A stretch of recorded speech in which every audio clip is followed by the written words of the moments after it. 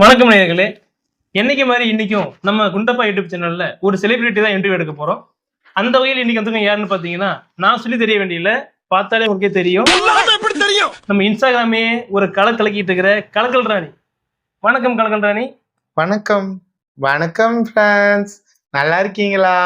என்னடி வாய்ஸ் இது? நீங்க நல்லா இருக்கீங்களா? நல்லா இருக்கேன். நீங்க எப்படி இருக்கீங்க? என்ன மக்களே எல்லாம் சொல்லுவாங்க நான் ரொம்ப நல்லா இருக்கேன்னு. எமுஞ்சு நான் தெரியல. ஓகே, நம்ம இன்டர்வியூக்கு போயிடலாமா? போலாம். ஓகே, உங்களுக்கான முதல் கேள்வி கேட்குறேன். இப்போ இந்த கலக்கல் ராணி அப்படிங்கிற பேரே வந்து ஒரு டிஃப்ரெண்டா இருக்கு. இந்த பேர் எப்படி உங்களுக்கு வந்துச்சு? உங்க பிறக்கும் போதே அம்மா அப்பா வச்சாங்களா, இல்ல நீங்களே வச்சுக்கிட்டீங்களா, இல்ல எப்படி? இல்ல, ஆக்சுவலா என் பேர் வந்து ராணி தான். ராணி. ஆனா நான் இந்த சினிமா ஃபீல்டு இருக்குல்ல, அதையே நான் ஒரு கலக்குவேன்னு சொல்லி. இப்பயா கலக்குறீங்களா? இல்ல, ஃபியூச்சர்ல. ஃபியூச்சர்ல கலக்குவேன்னு சொல்லி இன்ஸ்டாகிராம்ல ட்ரெண்ட் ஆனதுக்கு அப்புறம் என்னோட ஃபாலோவர்ஸ் எல்லாம் வச்ச பேர் தான் கலக்கல் ராணி. இன்னொரு காரணம் இதுக்கு சொல்லுவாங்க பாருங்க, அது ரொம்ப உங்களுக்கு அது எப்படி சொல்றது, அது உங்களுக்கே ரொம்ப பிடிக்கும். இல்ல, நீங்க முதல்ல சொல்ல காரணமே என்னால பொறுத்துக்க முடியல, ரெண்டாவது வேற சொல்றீங்க, சொல்லட்டும். என்ன அப்படின்னாக்கா, நான் சிரிக்கும் போது கலக்கலன்னு இருக்குமா, அதனாலேயே கலக்கல் ராணின்னு வச்சேன் அப்படின்னு சொல்லி ஒரு ஃபாலோவர் சொன்னாரு. அப்படியா? நீங்க சிரிச்சுக்காமீங்க.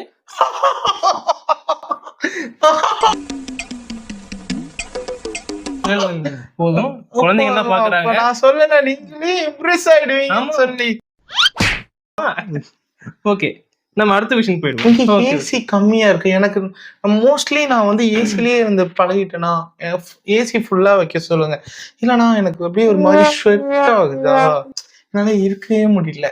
இருக்க முடியல, கிளம்பி போங்க, ஒன்றும் பிரச்சனை இல்லை. அப்புறம் இன்டர்வியூ இல்ல. ஓகே, நம்ம ஏசி அடுத்து செட் பண்ணிடலாம். ஓகே, சரி. ஓகே, நான் வந்து போய் கேட்கணும்னு நினைச்சேன். என்ன உங்க ஹேர் ஸ்டைல் வந்து டிஃபரெண்டா இருக்கு, இந்த இன்னும் கலர் குழுங்கஞ்சி கக்கா போன அப்படி எல்லாம் சொல்லக்கூடாது. இது வந்து நேச்சுரலாவே என்னோட ஹேர் வந்து ப்ளூ. அதாவது ப்ளூ, அது எப்படின்னாக்கா, ஒரு ஏஞ்சல்னு சொல்லுவாங்களாம் பை பர்த்.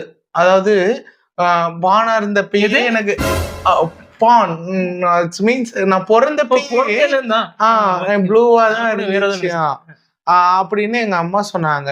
ஸோ இட்ஸ் வந்து ஒரு ஏஞ்சலை குறிக்கக்கூடியது. நீங்க அதை வந்து நான் கலரிங்லாம் பண்றதே கிடையாது. நீங்க வேணா இது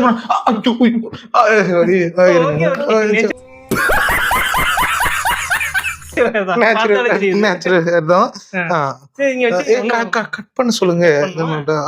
கட் பண்ணாதீங்க, இது லைவ்ல வரட்டும். ஓகே, இப்ப சொல்லுங்க சார். இந்த சூப்பரா இருந்துச்சு, நல்லா இருந்துச்சுல, அதான் நேச்சுரல். ஓகே ஓகே, அடுத்த கேள்விக்கு போயிடுவோம். இப்போ வந்து பாத்தீங்கன்னா, நீங்க வந்து ஒன்னும் வயசான ஆள் இல்லை, ஒரு சின்ன வயசுலயே வந்து இவ்வளவு பெரிய உச்சத்தை வந்து நீங்க தொட்டிருக்கீங்க.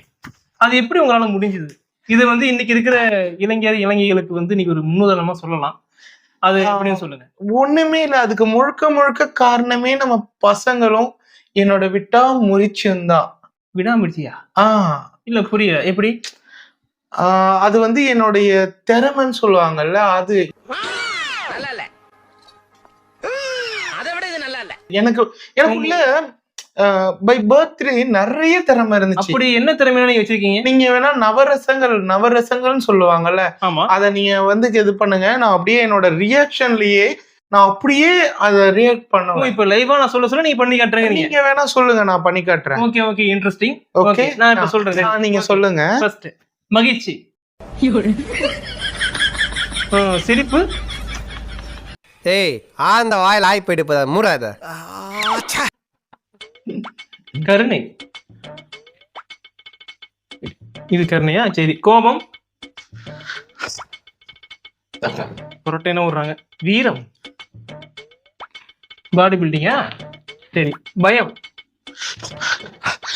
என் வாழ்க்கையில இன்னும் நான் எல்லா கொடுமைகளை பார்க்கணும்னு இருக்கோ எனக்கே தெரியல. அருவருப்பா இருக்கு. சரி, ஓகே. இல்ல, அருவருப்புன்னு ஒண்ணு இருக்கு, அது நீங்க பண்ண வேண்டாம். இது வரைக்கும் பண்ணதே போதும், ரொம்ப சூப்பரா இருந்துச்சு. இதனாலதான் நான் இந்த சின்ன வயசுலயே இவ்வளவு ட்ரெண்ட் ஆயிட்டேன். அதுதான்.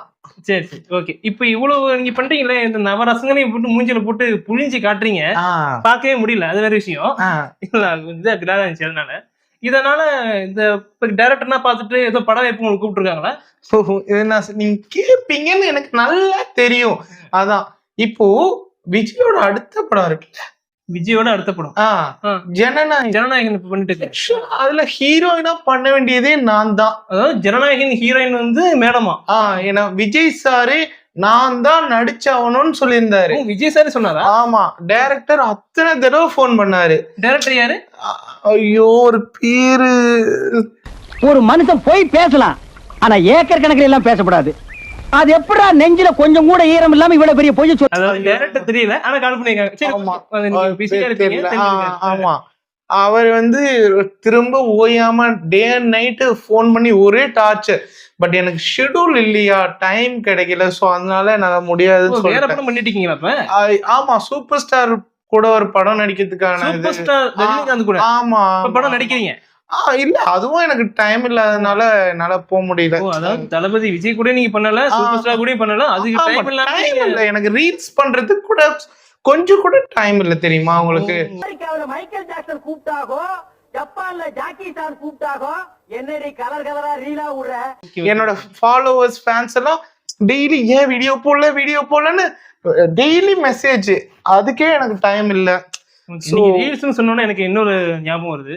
உங்களோட ஒவ்வொரு ரீல்ஸ்லயும் வந்து பாத்தீங்கன்னா புதுசா ட்ரெஸ் போடுறீங்க. ஒரு தடவை போட்ட ட்ரெஸ் நீங்க அடுத்த போடுறதே இல்ல. அவ்வளவு ட்ரெஸ் வாங்கி வச்சிருக்கீங்களா வீட்டுல? இல்ல உங்களுக்கு துணிக்கடை வச்சிருக்கீங்களா? இல்ல, உங்களுக்கு ரூல்ஸே தெரியாதா? ரூல்ஸா? என்ன ரூல்? இன்ஸ்டாவை பொறுத்த வரைக்கும் 3 ரூல்ஸ் தான். 3 ரூலா? என்ன 3 ரூல்? ஆர்டர் போடு, ரீல்ஸ் போடு, ரிட்டர்ன் போடு. அப்ப எதுவுமே காசு கொடுத்து வாங்குறது இல்ல?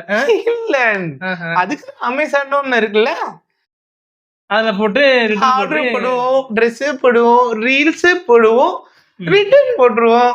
நல்ல கொள்கை, நல்ல பாலிசி. நீங்களும் ஃபாலோ பண்ணுங்க. ஒரே ட்ரெஸ் போட்டிருக்கீங்க போல இல்ல? என்ன பண்றது, நாங்க வேற ஒண்ணும் இல்ல. சரி, ஓகே. இப்ப இடையில வந்து பிக் பாஸுக்கு அடுத்த சீசன்ல உங்களுக்கு கூப்பிட்டதா கேள்விப்பட்டேன். உங்க பேர் அது இருக்குதாமே? கூப்பிட்டாங்க. பட் என்ன அப்படின்னாக்கா நம்மளால போக முடியாதுல்ல, ஏன்னா ஒரிஜினாலிட்டி அங்க காட்டிடுவோம். ஏன்னா 24/7 நம்மள ஃபாலோ பண்றாங்க போது நம்மளால ஒரிஜினாலிட்டி வெளியே வந்துடும்ல. ஆமா, அதனால நான் வரல சொல்லிட்டேன்.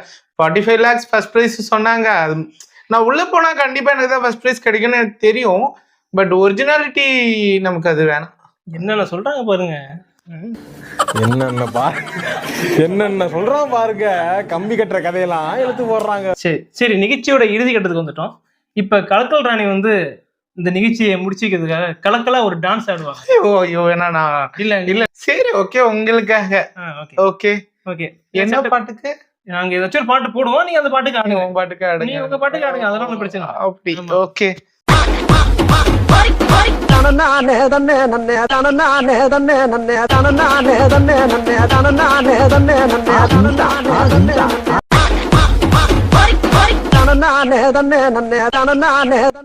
அதாவது நான் ஒரு பாட்டு போட்டேன், அது ஒரு பாட்டுக்கு ஆடிட்டு இருக்கு.